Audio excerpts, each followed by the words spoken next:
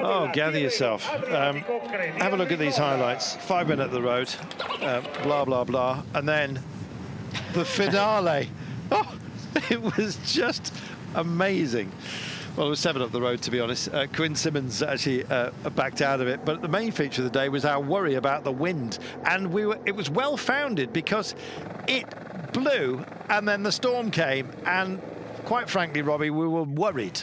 And so were the riders. They couldn't decide how to dress. Yeah, well, there was real fear in the peloton at times when they had to choose how to dress. There was patches of sunshine, there were buckets of rain, there were pieces of hail, there were smudges of sleet, and then the sun came out again. But one factor that remained throughout was the wind. It was frothy. It was windy enough, I mean. It was blowing hard enough to blow the froth off your cappuccino. Not that they serve them in the afternoon in Italy, unless you're Dan Lloyd. But in the meantime, and the break was being reeled in, and Ineos went to the front. Show of force, Michał Kwiatkowski started to pull things back together. All the sprinters, or they were going out the back. Jasper Philipsen already got a stage win and a points jersey on his back. Looking forward to Sunday in San Benedetto. Kwiatkowski, he kept on keeping on, just leading the team. But a lot of the other favourites were happy to sit a lot further back and take shelter in the peloton as the wind was pushing in at 65 kilometres an hour.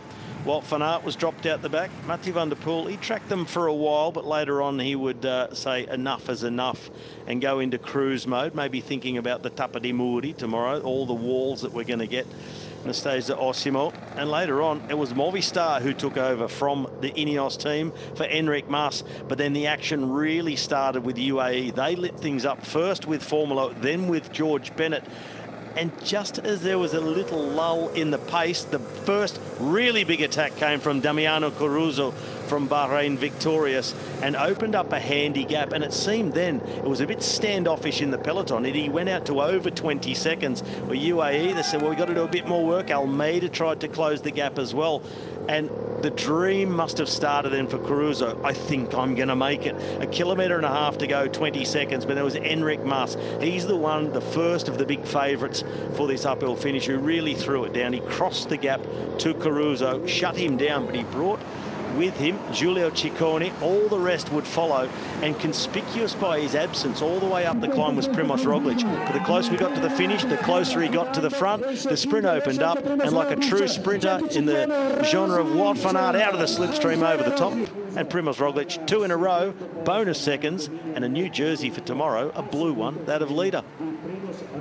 Does not get better than that.